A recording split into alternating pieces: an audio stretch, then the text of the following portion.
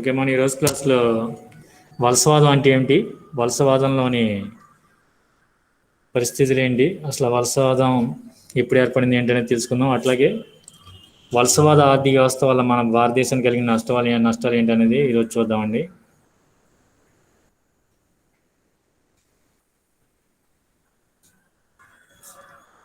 Okay, screen అందరికి కనిపిస్తుంది కదండి?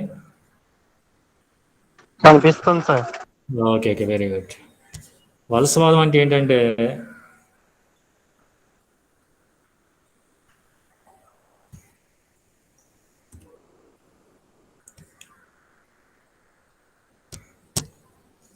వలసవాదం లేదా దీన్ని ఆంగ్లంలో ఏమంటారంటే కలోనియలిజం అంటారన్నమాట. వలసవాదాన్ని మనం ఇంగ్లీష్లో ఏమంటామంటే కలోనియలిజం అంటాం. ఈ కలోనలిజం అనే పదం కాలనీ అనే పదం నుండి వచ్చింది. వలసవాదాన్ని మన ఆంగ్లంలో కలోనియలిజం అంటాం. ఈ పదం కాలనీ అనే పదం నుండి వచ్చింది. కాలనీ అంటే ఏంటంటే కొంతమంది వ్యక్తుల సమూహం తమ స్వదేశీ సరిహద్దులకి దూరంగా వెళ్ళి స్థిరపడి మాతృదేశంతో రాజకీయంగా సంబంధం కలిగి ఉంటే దానిని వలస లేదా కాలనీ అని పిలుస్తామాట. ఒక దేశం మరొక దేశాన్ని జయించి ఆక్రమించి రాజకీయాధిపత్యాన్ని నెలకొల్పి ఆర్థిక దోపిడీకి గురి చేయటమే మన వలసవాదంగా పిలుస్తామాట. ఒక దేశం మరొక దేశంను జయించి ఆక్రమించి రాజకీయ ఆధిపత్యంను నెలకొల్పి ఆర్థిక దోపిడీకి గురి చేయటమే మనం వలసవాదంగా పిలుస్తాం. ఈ వలసవాదం అనేది కొన్ని లక్షణాలని కలిగి ఉంటుందండి. అవి ఏంటంటే ఒక దేశం మరొక దేశాన్ని జయించి ఆక్రమించడం, అట్లాగే స్థానిక ప్రజలపై రాజకీయ ఆధిపత్యాన్ని కలిగి పాలించుట,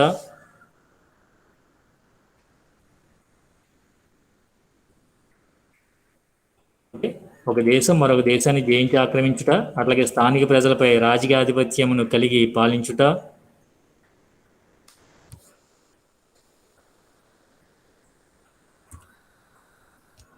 అట్లాగే తమ దేశ ప్రయోజనాలకు అనుగుణంగా వలసవాద ఆర్థిక ప్రయోజనాలను కూడా మార్చుకోవడం అన్నమాట. తమ దేశ ప్రయోజనాలు ఏవైతే ఉన్నాయో తమ దేశ ప్రయోజనాలకు అనుగుణంగా వలసల యొక్క ఆర్థిక ప్రయోజనాలని తీర్చిదిద్దుకోవడం లేదా అనుకూలంగా మార్చుకోవడం అన్నమాట.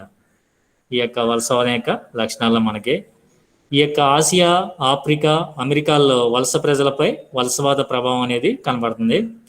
ఈ విధంగా వలసవాదం అనేది ఎప్పుడు స్టార్ట్ అయిందండి? 15వ శతాబ్దంలో ప్రారంభమై 17వ శతాబ్దంలో వృద్ధి చెంది 18వ శతాబ్దం మధ్యకాలం నాటికి పరాకాష్ఠను అందుకుని ప్రపంచంలోని పెక్కు ప్రాంతాలను ఐరోపా రాజ్యాల యొక్క ఏలుబడిలోకి తెచ్చిందన్నమాట. ఈ విధంగా వలసవాదం అనేది 15వ శతాబ్దంలో ప్రారంభమై 17వ శతాబ్దంలో వృద్ధి చెంది 18వ శతాబ్దం మధ్యకాలం నాటికి పరాకాష్ఠను అందుకుని ప్రపంచంలోని పెక్కు ప్రాంతాలను ఐరోపా రాజ్యాల యొక్క ఏలుబడిలోకి ఈ వలసవాదం అనేది తెచ్చుకోవడం జరిగిందన్నమాట.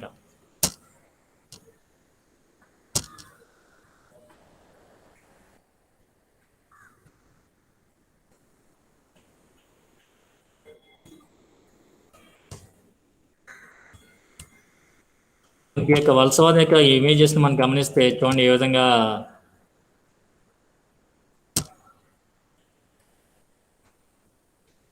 ఇక్కడ ఏ విధంగా వలసల్ని కూర్చోబెట్టి వాళ్ళ చేత పని చేస్తున్నారో, ఏ విధంగా వాళ్ళని ఇబ్బంది పెడుతున్నారో చూస్తే మనకు అర్థమవుతుందన్నమాట.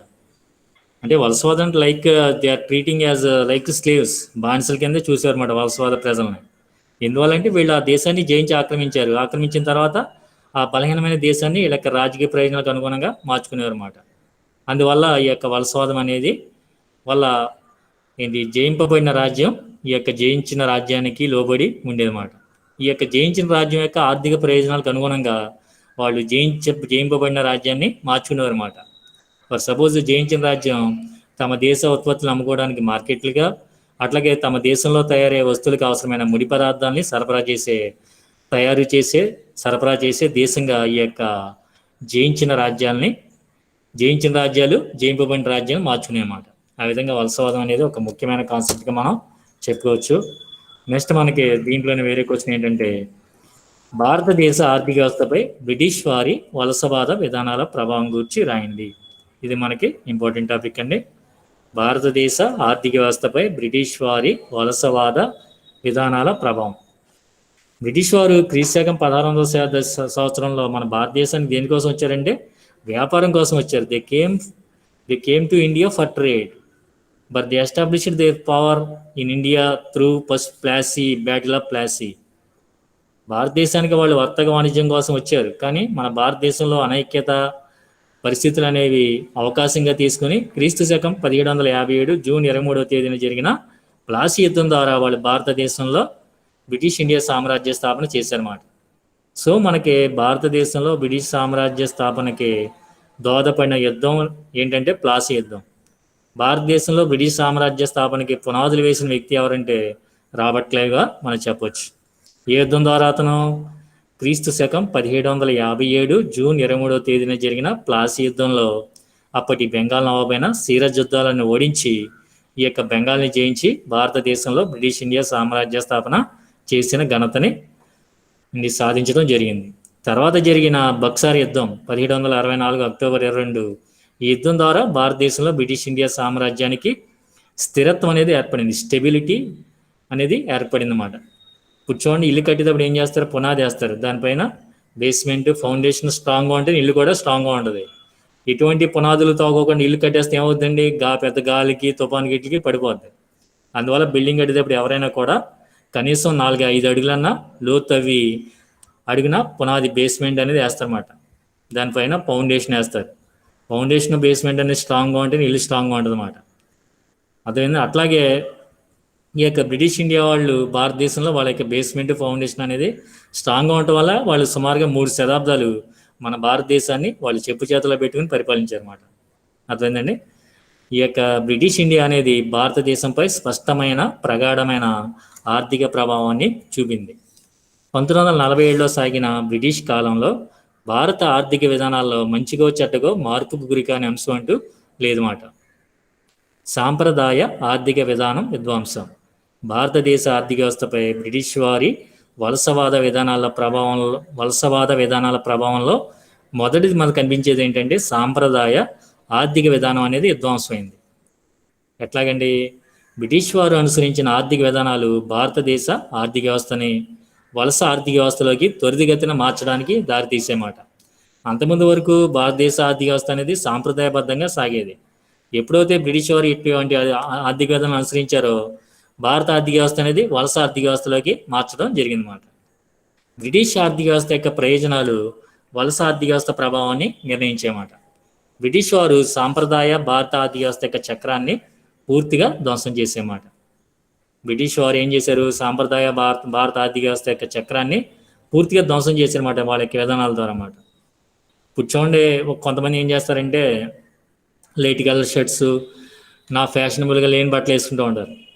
సపోజ్ ఎవరన్నా వాళ్ళ రిలేటివ్స్ ఏంటారు ఎట్లాంటి బట్టలు వేసుకుంటున్నాను అంటే, ఏమన్నా ముసలాడు ఏంటారా అంటే అప్పుడు కలర్ఫుల్ డ్రెస్ వేసుకుంటారు. అప్పుడు ఏమవుతాయి? పాత బట్టలను కూడా మూలకి వెళ్ళిపోతాయి. అట్లాగే బ్రిటిష్ వారు ఏం చేశారు? వచ్చి భారతదేశంలో ఉన్న ఆర్థిక వ్యవస్థను వాళ్ళకి అనుగుణంగా మార్చుకోవడం వల్ల అప్పటి వరకు ఉన్న భారతదేశంలోని సాంప్రదాయ ఆర్థిక వ్యవస్థ అనేది ధ్వంసం అవడం జరిగిందన్నమాట. అట్లాగే నెక్స్ట్ ఏంటంటే చేతి వృత్తుల హస్తకళాకారుల వినాశనం. భారతదేశం అదే బ్రిటిష్ ఇండియాలో లేదా బ్రిటన్లో పారిశ్రామిక విప్లవం అనేది 1760-1840 మధ్యకాలంలో వచ్చింది. ప్రపంచవ్యాప్తంగా మొదటిసారి పారిశ్రామిక విప్లవం వచ్చింది ఎక్కడండి? ఇంగ్లాండ్ లేదా బ్రిటన్. ఇక్కడ పారిశ్రామిక విప్లవం మొదటిగా రావడం వల్ల ఇంగ్లాండ్ని ఏమని పిలుస్తారంటే వర్క్షాప్ ఆఫ్ ది వరల్డ్, ప్రపంచ కర్మాగారంగా పిలుస్తారన్నమాట. ఈ యొక్క పారిశ్రామిక విప్లవం రావడం వల్ల వస్తువుల యొక్క ఉత్పత్తి అనేది గణనీయంగా పెరిగింది. ఆ యొక్క వస్తువుల ఉత్పత్తికి అమ్ముకోవడానికి తగిన మార్కెట్ల కోసం ఈ యొక్క బ్రిటన్ కానీ ఈ యొక్క తర్వాత ఈ యొక్క పారిశ్రామిక విప్లవం మిగిలిన దేశాలు కూడా వ్యాప్తి చెందిందన్నమాట. జర్మనీ అవ్వచ్చు, ఫ్రాన్స్ అవ్వచ్చు, ఇతర దేశాలకి.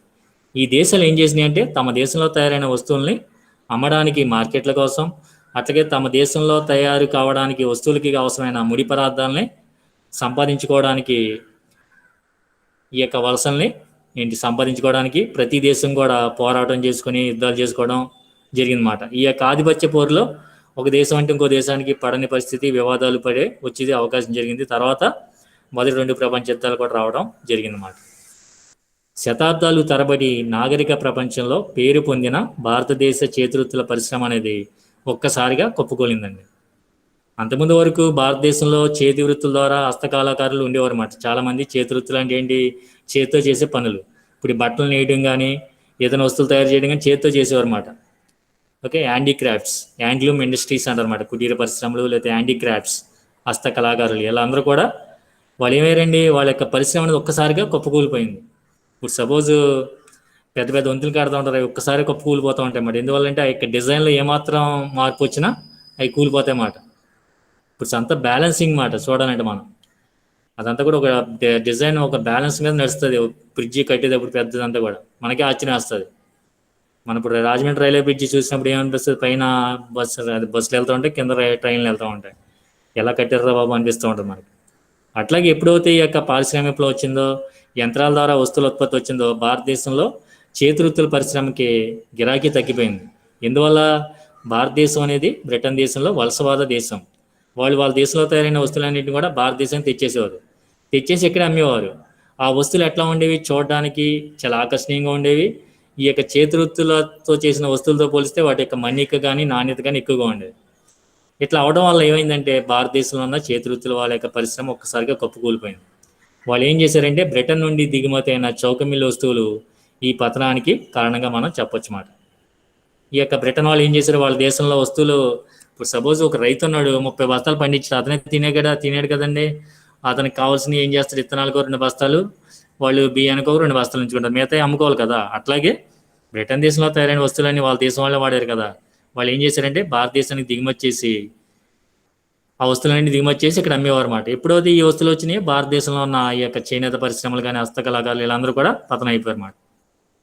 దీని గురించి 1828 నుంచి 1835 వరకు బెంగాల్ గవర్నర్ జనరల్గా పనిచేసిన విలియం బెంటిక్, ఈ బెంగాల్ గవర్నర్ జనరల్గా పనిచేసిన విలియం బెంటిక్ 1833 చార్టర్ చట్టం ద్వారా ఇతడు బ్రిటిష్ ఇండియా గవర్నర్ జనరల్గా తర్వాత మార్పు చెందడం జరిగింది. ఈ విలియం బెంటిక్ ఏమని చెప్పాడంటేనండి,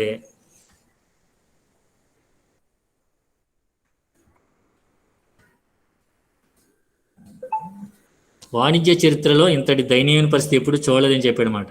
ఏం చెప్పాడండి, వాణిజ్య చరిత్రలో ఇంతటి దైనిక స్థితికి పోలిక దొరకదని చెప్పాడనమాట. అంటే వ్యాపార పరంగా ఎంతోమందిని చూసాం, చరిత్ర చూసాం, కానీ వాణిజ్య చరిత్రలో ఇంతటి దైనిక స్థితికి పోలిక దొరకదని అప్పటి బెంగాల్ ఇండియా లేదా బెంగాల్ గవర్నర్ జనరల్, బ్రిటిష్ ఇండియాకి సంబంధించిన బెంగాల్ గవర్నర్ జనరల్, తర్వాత బ్రిటిష్ ఇండియా గవర్నర్ జనరల్ అయిన విలియం బెంటిక్ ఏం చెప్పాడంటే, వర్తక వాణిజ్య చరిత్రలో ఎంతటి దైనిక స్థితికి పోలిక దొరకదంటే ఏంటి, ఇంతకుముందు ఎప్పుడు కూడా ఇలాంటి సంఘటన జరిగిందని కూడా దాంతో పోలుస్తారు. ఇప్పుడు సపోజ్ మనం కొన్నిసార్లు చెబుతూ ఉంటామాట, ఎవరి నేను అబ్బాయిలు ఏమంటారంటే, నేను జీన్స్ ప్యాంట్ కొన్నాను రా, అది సేమ్ ఇంతకుముందు కొన్న ప్యాంట్ లేక ఉందిరా అని చెబుతారు. అంటే అక్కడ పోలిక మాట. కానీ ఇక్కడ దైనిక స్థితికి అంతకుముందు ఎప్పుడు ఎట్లాంటి దైనిక స్థితి రాని మూల పోలిక అనేది దొరకదని చెప్పాడనమాట. అట్లాగే చేనేత పనివారి ఎముకలతో భారత మైదానాలు అనేవి తెల్లవారిని అని చెప్పాడనమాట. చేనేత పనివారి ఎముకలతో భారత మైదానాలు తెల్లవారి అన్నమాట. అంటే ఏంటి, అక్కడ మనిషి చనిపోయిన తర్వాత ఏమవుతాయంటే బొయ్యిలు మిగులుతాయి అన్నమాట. దానం చేస్తే బొయ్యిలు మిగలవండి. ఇప్పుడు ఈ క్రైస్తవులు, ముస్లిం మతస్థులు ఏం చేస్తారంటే మనుషుల్ని దానం చేయరన్నమాట, ఖననం చేస్తారు, పూడుస్తారు. పూడ్చిన తర్వాత కొన్నాళ్ళకి కెమికల్ రియాక్షన్స్ వల్ల, కెమికల్ యాక్షన్స్ వల్ల ఆ యొక్క బొయ్యిలు మిగులుతాయి అన్నమాట. అట్లాగా ఎవరైతే పాపం చేనేత పనివారు, హస్తకళాకారులు ఈ యంత్రాల ద్వారా తయారైన వస్తువులు వచ్చినాయి భారతదేశంలోకి, వాళ్ళు పాపం తినడానికి తిండి లేక, ఉండడానికి నివాసం లేక చాలా బాధలు పడి చివరికి చనిపోవడంతో ఆ యొక్క చేనేత పనివారి ఎముకలతో మైదానాలు అనేవి ఎప్పుడు నీట్గా ఉండేవి. ఆ ఈ యొక్క ఎముకలు ఎప్పుడైతే ఆ మైదానాలు చేరినాయో, ఆ ఎముకలతో మైదానాలు అనేవి తెల్లబారిపోయినాయి మాట. ఎముకలు తెల్లగా ఉంటాయి కదండి, మొత్తం మైదానాలు ఏనండా కూడా ఏళ్ళ సేవలు ఇయ్యమాట. అట్లా చెప్పడం జరిగిందన్నమాట. ఈ విధంగా స్వయం సమృద్ధి, గ్రామీణ ఆర్థిక వ్యవస్థ అనేది విచ్ఛిన్నమైనమాట. నెక్స్ట్ ఏంటంటే రైతాంగ పేదరికం. బ్రిటిష్ పాలనలో నుండి రైతు క్రమక్రమంగా పేదరికంలోకి నెట్టివేయబడ్డాడనమాట. బ్రిటిష్ పాలన ప్రారంభంలోనే బెంగాలులో భూమి శిస్తు ద్వారా వీలైనంత ఎక్కువ రాబట్టేందుకు బెంగాల్ గవర్నర్ జనరల్ అయిన రాబర్ట్ క్లైవ్, తర్వాత వచ్చిన వారన్ హేస్టింగ్స్ అనుసరించిన విధానం అనేది విధ్వంసానికి దారితీసిందండి. మనం ఇంతకుముందు చెప్పుకున్నాం, భారతదేశంలో బ్రిటిష్ ఇండియా సామ్రాజ్య స్థాపనకి పునాదులు వేసిన వ్యక్తి రాబర్ట్ క్లైవ్ అని, తర్వాత వారన్ హేస్టింగ్స్. ఓకే, దీనిని గమనించిన కార్న్వాలిస్ ఏం చేశాడంటే, ఇట్లా ఎప్పుడైతే భారతదేశంలో రైతు పేదరికంలో ఉన్నాడో దీన్ని గమనించిన కార్న్వాలిస్ 1786 నుంచి 1793 వరకు బెంగాల్కి గవర్నర్ జనరల్గా పనిచేశాడు. ఇతని కాలంలోనే ఇతను శాశ్వత భూమి శిస్తు విధానం లేదా జమీందారీ పద్ధతి అనే ఒక భూమి శిస్తు విధానం ప్రవేశపెట్టాడు అనమాట 1793లో అండి. ఇతడు ఈ పరిస్థితిని చూసి ఏమన్నాడంటే, బెంగాలులో 3వ వంతు క్రూర జంతువులు నివసించే అరణ్యంగా మార్చబడిందని వ్యాఖ్యానించాడు అనమాట. ఎట్లాగండి, బెంగాలులో 3వ వంతు క్రూర జంతువులు నివసించే అరణ్యంగా మార్చబడింది. అంటే బెంగాల్లో పరిస్థితులు ఎట్లా ఉన్నాయండి? ఇప్పుడు మన అరణ్యం చూస్తే ఎట్లా ఉంటుంది? అరణ్యంలో పుల్లు, లేదా సింహాలు, లేకపోతే భయంకరమైన జంతువులు, సర్పాలు ఇవన్నీ ఉంటాయన్నమాట. అంటే అరణ్యం అంటే అలా ఉంటుంది అన్నమాట. బెంగాల్లో కూడా వంటి 3 వంతుల్లో ఒక వంతు ఎలా మార్చబడిందండి? క్రూర జంతువులు నివసించే అరణ్యంగా మార్చబడిందంటే ఏంటి? అంత దారుణంగా రైతుల ఇబ్బందుల్లోకి, పేదరికంలోకి నెట్టివేయబడ్డారని ఈయన వ్యాఖ్యానించడం జరిగిందన్నమాట. ఈ విధంగా భారతదేశం బ్రిటిష్ పాలనా విధానంలో వారి రెవెన్యూ విధానం వలన భారతదేశ రైతులు అనేక ఇబ్బందులు పడి పేదరికంలోకి నెట్టివేయబడ్డారు అన్నమాట. ఇప్పుడు చూడండి, కోవిడ్ వల్ల చాలామంది పాపం ఏంటి ఉపాధి లేక చాలామంది ఎక్కడెక్కడికి వెళ్ళి తిరిగి వచ్చేస్తున్నారు. మనం ఫస్ట్ వేవ్లో గమనిస్తే ఇది బొంబాయిలోనే వేరే రాష్ట్రం అండి. బొంబాయిలో ఎంతోమంది వేరే రాష్ట్రాల నుంచి వచ్చి అక్కడ ఉన్నారు. వాళ్ళు ఏం చేశారంటే కోవిడ్ టైంలో ఏంటి బిక్కుమంట ట్రైన్లు దొరక్క చాలామంది పాపం ఎంతో ఇబ్బందులు పడి వాళ్ళ దేశానికి వాళ్ళ రాష్ట్రాలకు వెళ్ళిపోయారన్నమాట. వాళ్ళ రాష్ట్రాలకు వెళ్ళిపోయారు. ఎందువల్ల? అక్కడేమో ఉందా పని చేసుకుందాం అంటే పని లేదు, ఉందామంటేనేమో అద్దె కట్టాలి. అదే సొంత ఊరికి వెళ్ళిపోయాం అనుకోండి, అక్కడ కూలనాల్లో లేకపోతే అక్కడ తినకో ఆ ఇంట్లో పడి ఉంటే కనీసం గెంజితోన బతకొచ్చని వెళ్ళిపోయారు అన్నమాట. గెంజి తాగాను చాలా ఇబ్బందులు పడడం జరిగిందన్నమాట. అర్థమైందండి?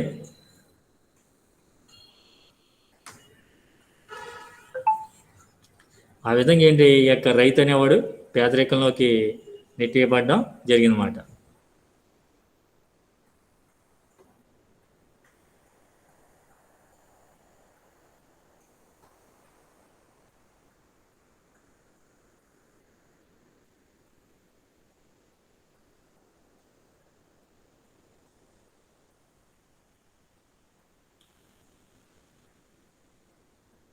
ఓకే, నెక్స్ట్ అండి, పాత జమీందారుల పతనం, నూతన భూస్వామ్య అవతరణ. బ్రిటిష్ పాలనా కాలం నాటి తొలి దశాబ్దాల్లో బెంగాలు, మద్రాసుకు చెందిన అత్యధిక పాత జమీందారులు చితికిపోయారండి. ఇప్పుడు చూడండి, బళ్ళు వాళ్ళ బళ్ళు అవుతాయి అంటారు మన పెద్దలు. అంటే ఏంటి? ఒకప్పుడు కూటికి గతి లేనివాడు కోటీశ్వరుడు అవ్వచ్చు, కోట్లకి పడగెత్తిన వాడు కూటికి గతి లేకపోవచ్చు. అంటే అక్కడ ఏంటి పరిస్థితులు అనేవి తారుమారు అవుతాయి అన్నమాట. కొంతమంది చెబుతూ ఉంటారు, మా తాతలు నేతులు నాకారంటారు, ఇప్పుడు మేము డాష్ నాగుతున్నాం అంటారు అనమాట. అంటే ఏంటి అక్కడ ఇదివరకు పరిస్థితి కాదన్నమాట, ఎప్పుడు కూడా ఒకే రకంగా ఉండదు. ఇక్కడ ఏమైందంటే పాత జమీందారుల పతనం డాష్ నూతన భూస్వామ్య అవతరణ. అంటే ఏమైంది? ఈ యొక్క బ్రిటిష్ ఆర్థిక వ్యవస్థ ప్రభావం వల్ల పాత జమీందారులు పతనం అయిపోయారండి, నూతన భూస్వామ్య వ్యవస్థ అనేది అవతరణ ఇచ్చిందన్నమాట. బ్రిటిష్ పాలనా కాలం నాటి తొలి దశాబ్దాల్లో బెంగాల్, మద్రాసుకు చెందిన అత్యధిక పాత జమీందారులు చితికిపోయారన్నమాట. వేలంపాటలో ఎక్కువ పడిన వారికి శిస్తు వసూలు చేసే హక్కు కల్పించిన వారన్ హేస్టింగ్స్ విధానం వలన జమీందారులు పతనం అయిపోయి నూతన భూస్వామ్య వర్గం అనేది అవతరించింది. ఈ యొక్క వారన్ హేస్టింగ్స్ అనేవాడు 1772 నుంచి 1785 వరకు బెంగాల్ గవర్నర్ జనరల్గా పనిచేశాడు అన్నమాట. 1773 చార్టర్ చట్టం ద్వారా ఇతడు 1774 నుంచి 1785 వరకు బెంగాల్ గవర్నర్ జనరల్గా పనిచేశాడు. 1772 నుంచి 74 వరకు గవర్నర్గా పనిచేశాడు అన్నమాట. 1773లో రెగ్యులేటింగ్ చట్టం అండి, 1773 రెగ్యులేటింగ్ చట్టం ద్వారా ఈ యొక్క బెంగాల్ గవర్నర్ కాస్త బెంగాల్ గవర్నర్ జనరల్గా మార్చబడ్డాడు అనమాట. అట్లాగా మార్చబడిన తొలి బెంగాల్ గవర్నర్ జనరల్ ఎవరంటే వారన్ హేస్టింగ్స్. ఈ వారన్ హేస్టింగ్స్ తన పరిపాలన కాలంలో ఏం చేసేవాడంటే భూమి శిస్తు ఎట్లా వసూలు చేసేవాడంటే వేలం పాట వేసేవారు అనమాట.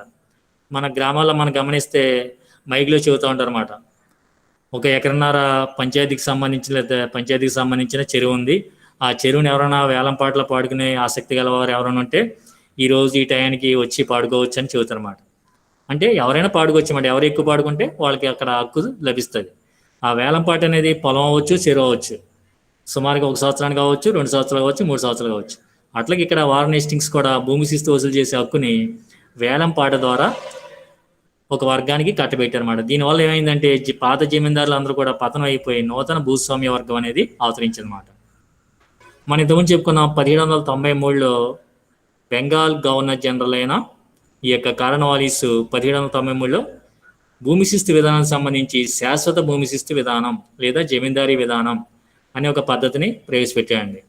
దాంట్లో ఎట్లాగా ఉండేదంటే భూమి శిస్తు వసూలు చేసే జమీందారులు 11 భాగాలు వసూలు చేస్తే దాంట్లో 10 భాగాలేమో ప్రభుత్వం చెల్లించి మిగిలిన ఒక భాగాన్ని వాళ్ళు కమిషన్ కింద ఉంచుకునేవారు అనమాట. కూర్చోండి, చాలా మంది వ్యాపారాలు చేస్తూ ఉంటారు, కమిషన్ తీసుకుంటూ ఉంటారు. దాని వ్యాపారం చేసేవచ్చు, ఎవరైనా అవ్వచ్చు. ఓకే, 11 భాగాల్లో 10 వంతులేమో ప్రభుత్వం పుచ్చుకోవడం వల్ల వసూలుకు సంబంధించిన పెట్టిన నిబంధనల వలన చాలా జమీందారులు ఈ యొక్క శిస్తు చెల్లింపులు చెల్లించలేకపోయారు అన్నమాట. అర్థమైందండి? ఇప్పుడు సపోజ్ ఏంటి, వీళ్ళు ఏం చేసేవారంటే వీళ్ళ దగ్గర ఉన్న డబ్బుని ఇచ్చేసేవారండి ఎవరో జమీందారులు. మిగిలిన ఒక భాగం మనం వసూలు చేసుకుందాం కదా అనుకునేవారు. ఈ యొక్క జమీందారులు వసూలు చేసే శిస్తులో 11 భాగాల్లో 10 వంతులేమో ప్రభుత్వం పుచ్చుకోవడం వలన వసూలుకు సంబంధించి పెట్టిన నిబంధనల వలన చాలా జమీందారులు శిస్తు చెల్లింపులు జరిగిన విధానానికి నిర్దాక్షిణ్యంగా అమ్మేయబడ్డమాట. అంటే ఏంటి, సపోజ్ ఎవరైతే శిస్తు చెల్లింపులు కట్టలేదో అట్లాంటి జమీందారుల యొక్క జీవితాలు నిర్దాక్షిణ్యంగా వాళ్ళు ఇబ్బందులు పడడం జరిగింది. అందువల్ల కొత్త భూస్వామ్య వర్గం అనేది అవతరించడం జరిగింది. నెక్స్ట్ స్తబ్దత క్షీణత వ్యవసాయ స్తబ్దత క్షీణత వ్యవసాయంపై ఆధారపడిన వాళ్ళు చాలా ఇబ్బందులు ఎదుర్కోవడం అనేది జరిగింది మనకి. ఎట్లాగంటే అది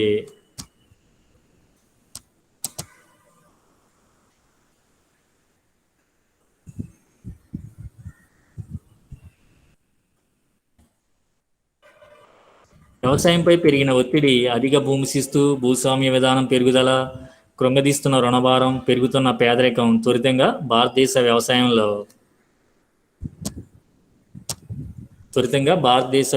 ఏం చేసిందండి, వ్యవసాయంలో స్తబ్దత క్షీణత చోటు చేసుకున్నాయన్నమాట. దిగుబడి అనేది పడిపోయింది. 1901 1939 మధ్యకాలంలో వ్యవసాయ ఉత్పత్తి అనేది 14% పడిపోయిందండి. ఇప్పుడు చూడండి, మీరు ఎకనామిక్స్లో చదివే ఉంటారు. వ్యవసాయ రంగంలో అవసరానికి మించి ఎక్కువ మంది శ్రామికులు నియమించడాన్ని ఏమంటారంటే ప్రచ్ఛన్న నిరుద్యోగిత అంటారన్నమాట. డిస్గైజ్డ్ అన్ఎంప్లాయ్మెంట్ అంటారన్నమాట. సపోజ్ ఒక కుటుంబానికి 2 ఎకరాల పొలం ఉంది. ఆ యొక్క పొలం మీద పనిచేయడానికి 3 మనుషులు చాలు. కానీ 6 మనుషులు దాని మీద పనిచేస్తే ఆ యొక్క ముగ్గురు మనుషుల యొక్క పని అనేది ఉత్పాదకత అని శూన్యమాట. ఆ 3 పని చేయడం వల్ల ప్రయోజనం ఉండదు, పని చేయకపోయినా ప్రయోజనం ఉండదు. అదేనండి, వాళ్ళ యొక్క ఉత్పాదకత ఎంత శూన్యం మాట, 0. ఇది దాన్ని ఏమంటారంటే వ్యవసాయ రంగంలో అవసరానికి మించి ఎక్కువ మంది శ్రామికులు నియమించడాన్ని ప్రచ్ఛన్న నిరుద్యోగిత అంటారన్నమాట. 3 చాలు, మిగిలిన 3 ఏదో పని చూస్తున్నారు అనుకోండి, అప్పుడు పర్వాలేదు. అంతేగాని అట్లాంటప్పుడు ఏమవుద్ది, వ్యవసాయంపై ఒత్తిడి పెరిగిపోద్ది అన్నమాట. ఈ యొక్క వ్యవసాయంపై ఒత్తిడి పెరిగిపోవడం, ఈ యొక్క రైతేమో భూమి శిస్తు కట్టలేక, అట్లాగే వడ్డీలకేమో రుణాలు తీసుకోవడం, ఇవన్నీ కూడా భారతదేశంలో ఉన్న రైతుని చాలా ఇబ్బందులు గురి చేయడం. అందువల్ల వ్యవసాయ రంగం అనేది స్తబ్దతకి క్షీణతకి గురైందన్నమాట. వ్యవసాయ ఉత్పత్తి అనేది 1901 1939 మధ్యకాలంలో ఎంత పడిపోయిందండి, 14% పడిపోయిందన్నమాట. అట్లాగే నెక్స్ట్ ఆధునిక పరిశ్రమ అభివృద్ధి. ఈ యొక్క భారతదేశంలో బ్రిటిష్ ఆర్థిక వ్యవస్థ ప్రభావం వల్ల భారతదేశంలో కొన్ని కొత్త ఆధునిక పరిశ్రమలు కూడా వచ్చినాయి అన్నమాట. అవి ఏంటంటే 19వ శతాబ్దం ద్వితీయార్థంలో భారతదేశంలో భారీ యంత్రాలతో కూడిన పరిశ్రమల స్థాపన అనేది ఒక ముఖ్యమైన పరిణామంగా మనం చెప్పొచ్చు. భారతదేశంలో మొదటి బట్టల మిల్లు అనేది కవాంజీ నానాబాయి 1853లో ముంబైలో నెలకొల్పారు. భారతదేశంలో మొట్టమొదటి ఆధునికమైన వస్త్ర పరిశ్రమ లేదా బట్టల మిల్లు ఎక్కడ స్థాపించారండి, ముంబైలో లేదా బొంబాయిలో స్థాపించారు. ఇప్పుడు 1853లో బొంబాయిలో స్థాపించారు. ఇప్పుడు బొంబాయిని ఏమంటున్నారు, ముంబై అంటున్నారు అన్నమాట. అప్పట్లో బొంబాయి అని పిలిచేవారు. 1853లో బొంబాయిలో కవాంజీ నానాబాయ్ స్థాపించారు. అట్లాగే భారతదేశంలో మొదటి జనపనార మిల్లు రిస్రా లేదా బెంగాలులో 1855 ఆ ప్రాంతంలో స్థాపించారన్నమాట. భారతదేశంలో మొదటి ఆధునిక జనపనార మిల్లు ఎక్కడ స్థాపించారండి, బెంగాలులోని రిస్రాలో 1855 ప్రాంతంలో స్థాపించారన్నమాట. ఈ విధంగా అత్యధిక ఆధునిక భారతదేశ పరిశ్రమలు అన్నీ కూడా బ్రిటిష్ పెట్టుబడి యాజమాన్యం అదుపులోనే ఉన్నాయి. ఈ పరిశ్రమను స్థాపించింది మన భారతీయులు కాదండి, వాళ్ళందరూ కూడా బ్రిటిష్ పెట్టుబడిదారులు అన్నమాట. ఈ పరిశ్రమలన్నీ కూడా వాళ్ళ యొక్క అదుపు యాజమాన్యంలోనే ఉన్నాయన్నమాట. ఈ పరిశ్రమలే కాకుండా 19వ శతాబ్దంలో కొన్ని కొత్త తోటల పరిశ్రమలు కూడా వచ్చినాయన్నమాట, అభివృద్ధి చెందడం జరిగినాయి. అవి ఏంటంటే నీలిమందు, తేయాకు, కాఫీ లాంటి తోటల పరిశ్రమలు కూడా అభివృద్ధి చెందాయి. ఈ తోటల పరిశ్రమలు ఎప్పుడు వచ్చినాయో రైతులకి వాళ్ళ కౌలుకి ఇచ్చినప్పుడు ఏం చేసేవారంటే తోటల పంటల ద్వారా ఈ యొక్క బ్రిటిష్ పెట్టుబడిదారులకి యజమానులకి మంచి లాభాలు వచ్చాయన్నమాట. కానీ రైతుకి మాత్రం పెద్దగా లాభం వచ్చేది కాదు. అందువల్ల బెంగాల్లో నీలిమందు పండించే రైతులు నీలిమందు పండించడానికి వ్యతిరేకంగా ఆందోళన చేశారు. దీని యొక్క సంఘటన ఉద్యమాన్ని తెలియజేస్తూ దీనబంధు మిత్ర అనే రచయిత 1861లో నీల్ దర్పణ్ అనే ఒక రచన కూడా చేశారన్నమాట. 1861లో దీనబంధు మిత్ర అనే రచయిత నీల్ దర్పణ్ అనే ఒక రచన కూడా చేశారన్నమాట. అంటే నీలిమందు పండించే రైతులు ఎటువంటి ఇబ్బందులు పడ్డారనే దాని గురించి ఆయన పేర్కోవడం జరిగింది. అట్లాగే 1917 బీహార్లోని చాంపరన్ జిల్లాలో గాంధీ గారు నిర్వహించిన తొలి సత్యాగ్రహం కూడా ఈ యొక్క నీలిమందు పండించే రైతులకు అనుకూలంగానే చేశారన్నమాట. దాన్నే తీన్ కతియా అనే దానికి వ్యతిరేకంగా ఈ యొక్క సత్యాగ్రహాన్ని ఆయన నిర్వహించారు. దాన్ని చాంపరన్ సత్యాగ్రహం అంటమాట. నెక్స్ట్ ఏంటంటే పేదరికం, కరువు. భారతదేశంలో బ్రిటిష్ పాలన, బ్రిటిష్ ఆర్థిక విధానాలు ఫలిత ముఖ్య లక్షణం ఏమిటంటే భారత ప్రజల్లో విపరీతమైన పేదరికం అనేది వ్యాప్తి చెందిందన్నమాట. భారతదేశంలో మొదటి కరువు ఎప్పుడు వచ్చిందండి? 1860-61లో ఉత్తరప్రదేశ్ పశ్చిమ ప్రాంతంలో సంభవించి 2 లక్షల మంది చనిపోయారు. భారతదేశంలో మొట్టమొదటి కరువు ఎప్పుడు వచ్చిందంటే 1860-61లో ఉత్తరప్రదేశ్లోని పశ్చిమ ప్రాంతంలో వచ్చి ఎంతమంది చనిపోయారండి? 2 లక్షల మంది చనిపోయారు.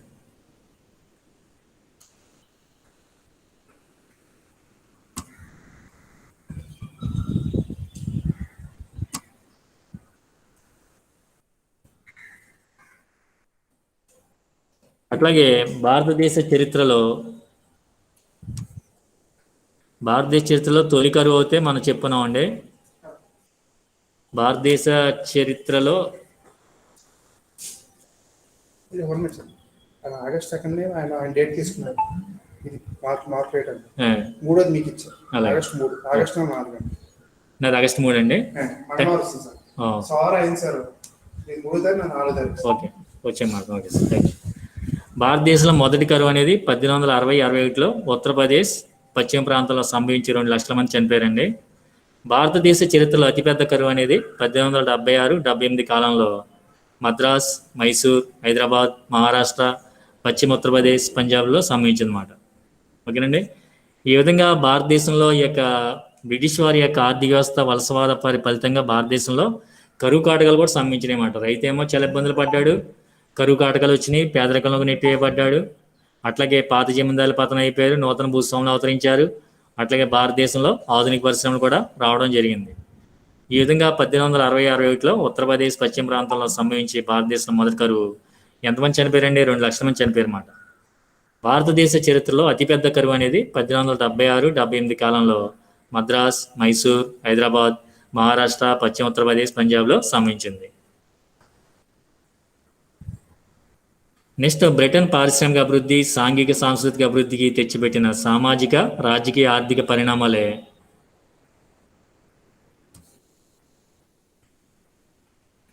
బ్రిటన్ పారిశ్రామిక అభివృద్ధి, సాంఘిక సాంస్కృతిక అభివృద్ధికి తెచ్చిపెట్టిన సామాజిక, రాజకీయ, ఆర్థిక పరిణామాలే భారతదేశంలో ఈ యొక్క పరిస్థితులు మనం డిసైడ్ చేసినట్లుగా ఆర్థిక ఎనుబడతనాన్ని తెచ్చిపెట్టి కొనసాగేలాగా చేసేమాట.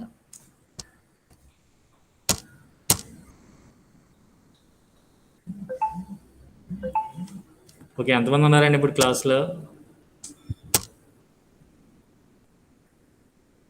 4 మెంబర్స్ అండి. ఒకసారి మిగిలిన వాళ్ళకి ఒకసారి కాల్ చేసి రమ్మని అమ్మాయండి, ఇబ్బంది పడతారండి మళ్ళీ తర్వాత.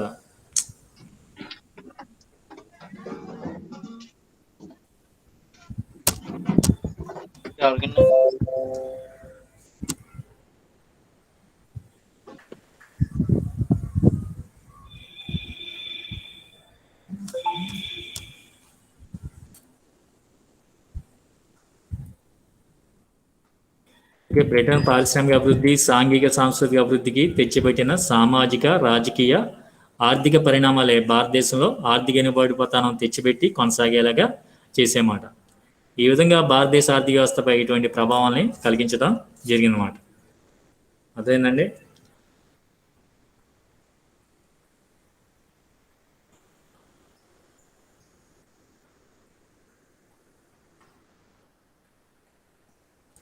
ఓకే, దీంట్లో ఏమైనా డౌట్స్ ఉంటే అడగచ్చండి. ఎవరికైనా ఏమైనా డౌట్స్ ఉంటే the students, anybody have any doubts? ఎవరికైనా ఏమైనా డౌట్స్ ఉన్నాయండి?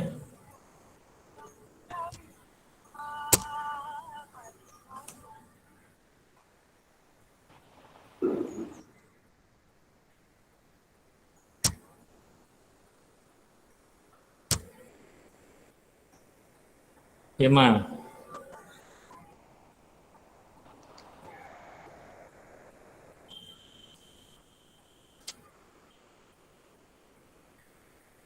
ఎవరికైనా డౌట్స్ ఉన్నాయండి?